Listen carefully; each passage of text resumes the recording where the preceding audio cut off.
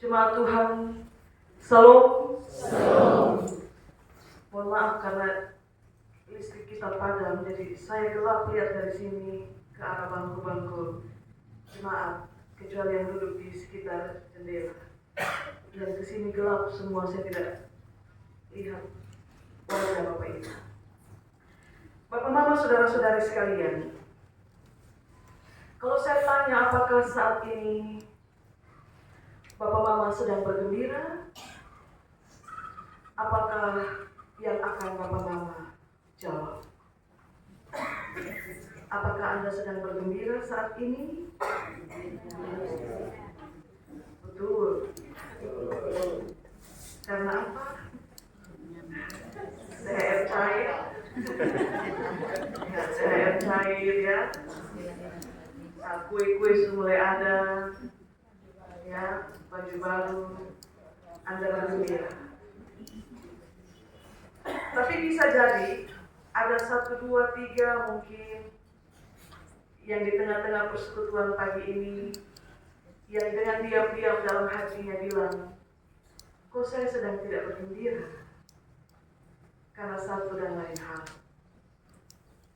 Jadi pagi ini kita renungkan firman Tuhan dalam tema kegembiraan. Tapi karena Anda sedang tidak bergembira, mungkin, maka semoga renungan firman Tuhan ini pada akhirnya akan membuat Anda bergembira.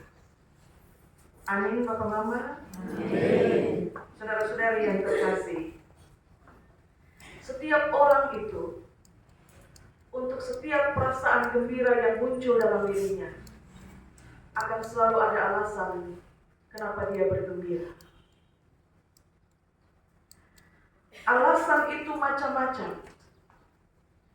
Bisa jadi karena hal-hal yang besar dia bergembira, tapi bisa jadi juga karena hal-hal yang sepele, atau hal-hal yang sederhana, atau hal-hal yang nampaknya kecil, yang menurut kita sepele, tapi bagi seseorang hal yang sepele itu ternyata menjadi sumber kegembiraan yang sangat besar. Dan tahukah kita, saudara, menurut penelitian, perasaan gembira itu seringkali membuat seseorang menjadi lebih percaya diri dan juga menjadi lebih optimis.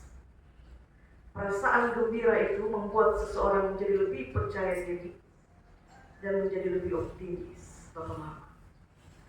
Karena itu, kalau misalnya mungkin Anda sedang merasa tidak percaya diri, ya, atau saudara-saudara merasa tidak optimis, tapi lebih cenderung pesimis, ya, maka coba periksa, jangan-jangan saudara kurang bahagia, begitu. Yaitu kata penelitian. Hal yang lain, Bapak Ibu, dalam ilmu kedokteran, ini saya kutip, ada satu hormon dalam tubuh kita yang namanya hormon endorfin. Hormon ini adalah senyawa kimia yang diproduksi oleh kelenjar pituitari yang ada dalam otak manusia. Hormon ini dia berperan dalam memerangi rasa sakit dan memberikan perasaan senang atau perasaan euforia. Dalam arti lain, hormon endorfin ini dia membantu untuk mengurangi stres atau mengurangi gejala depresi, dan dia dapat meningkatkan suasana hati. Itu diproduksi dalam tubuh kita, Bapak-Bapak. Beberapa hal bisa menjadi pemicu pelepasan hormon endorfin. Salah satu hal yang menjadi pemicu pelepasan hormon ini adalah tertawa. Tertawa, Bapak-Bapak. Ya, tertawa karena ada alasan, gitu ya. Semudah itu dan semurah itu. Saat Bapak Mama melihat kemudian Anda tertawa lepas saat Bapak Mama melakukan hal-hal bersama dengan orang-orang terkasih, ada dalam suatu aktivitas sederhana dalam kebersamaan yang penuh cinta itu. Semua hal itu merangsang pelepasan hormon endorfin, termasuk di dalamnya saat Anda jatuh cinta. Jadi lagu pop bilang jatuh cinta itu berjuta rasanya. Ya, itu kalau cintamu bak gayung bersambut begitu.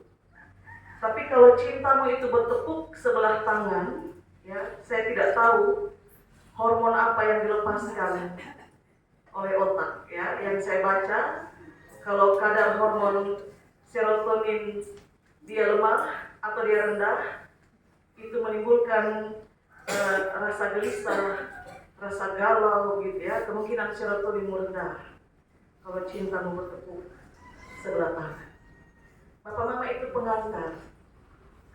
Sekarang kita belajar bagian firman Tuhan yang kita baca pagi ini.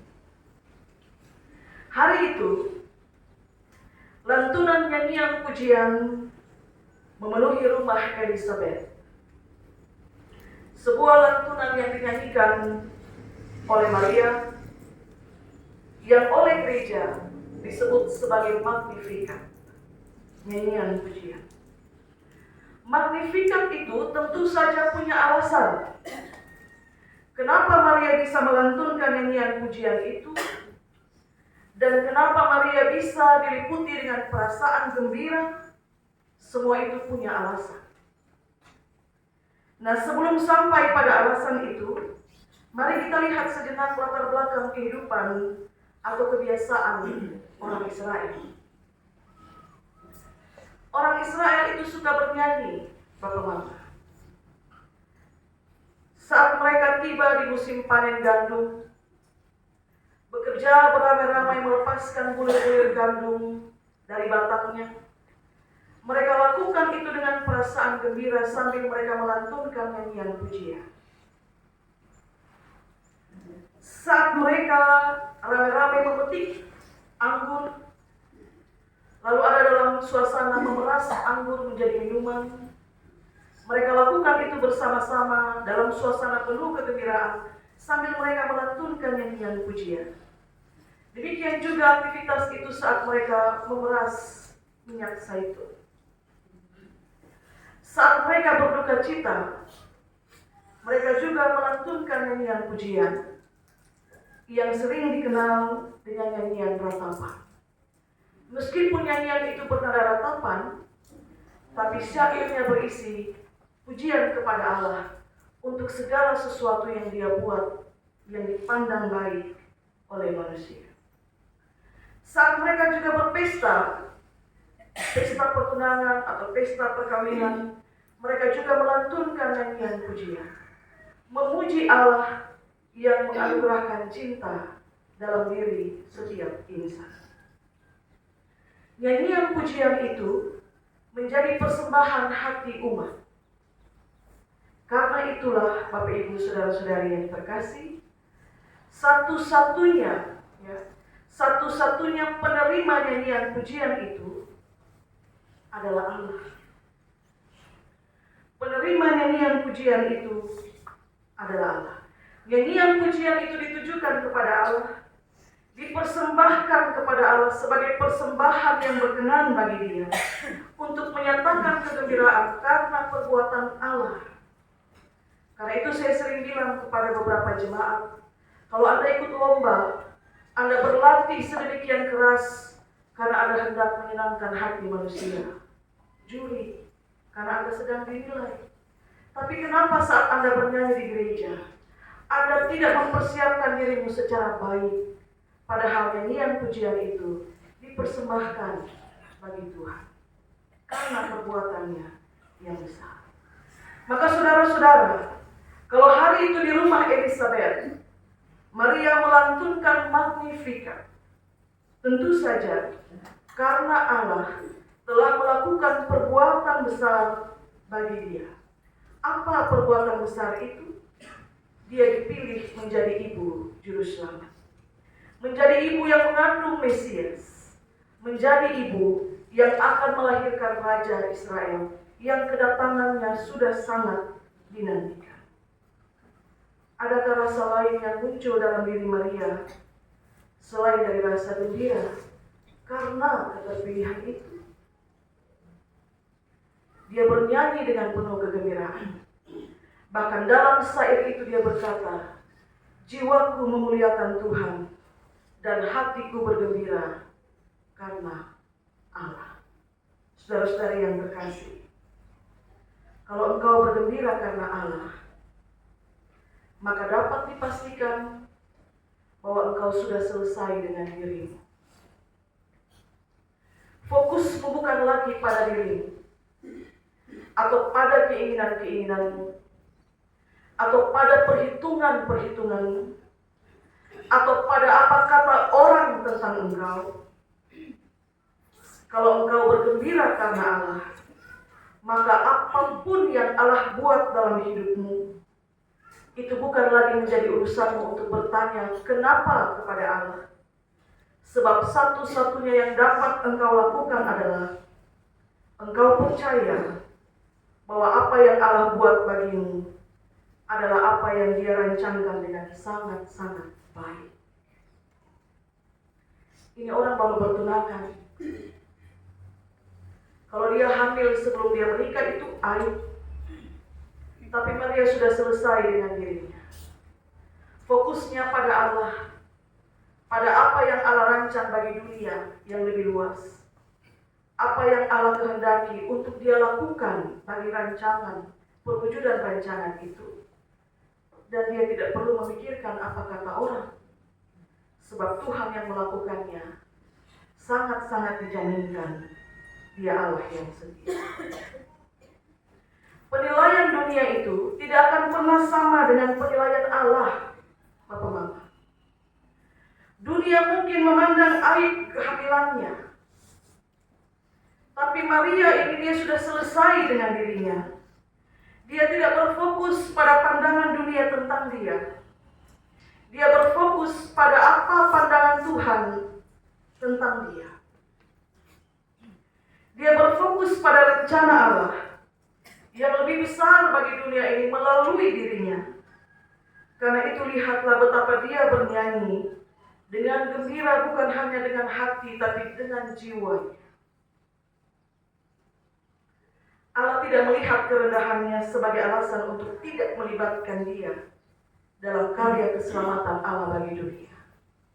Ya, justru dia seorang perempuan sederhana yang tunangannya itu seorang tukang kayu, bukan pejabat besar, yang datang dari kaum keturunan yang paling kecil di antara kaum-kaum Yehuda yang kita renungkan minggu lalu, tapi dipilih oleh Allah untuk pekerjaan yang besar.